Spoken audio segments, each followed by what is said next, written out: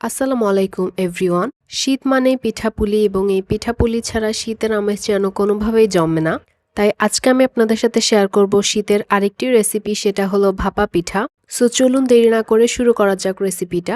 ফার্স্টে আমার আপু এখানে চালের গুঁড়া এবং সামান্য লবণ নিয়ে এখানে সামান্য করে করে পানি অ্যাড করবে, যতক্ষণ না পর্যন্ত এই মিক্সচারটা এরকম টেক্সচার হয়ে যাবে যেটা হাত দিয়ে মুঠ করলে মুঠা হয়ে যাবে এবং এরপরে ঝুরঝুর করে ভেঙে ফেলা যাবে। এরপর একটি স্ট্রেনার দিয়ে এই মিক্সচারটি একটু চেলে নিতে হবে।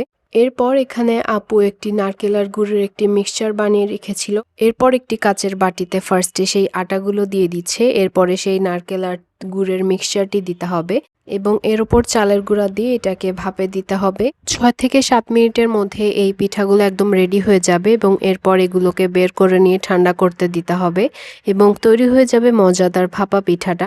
এই শীতে এই ভাপা পিঠার রেসিপি অবশ্যই একবার ট্রাই করে দেখবেন।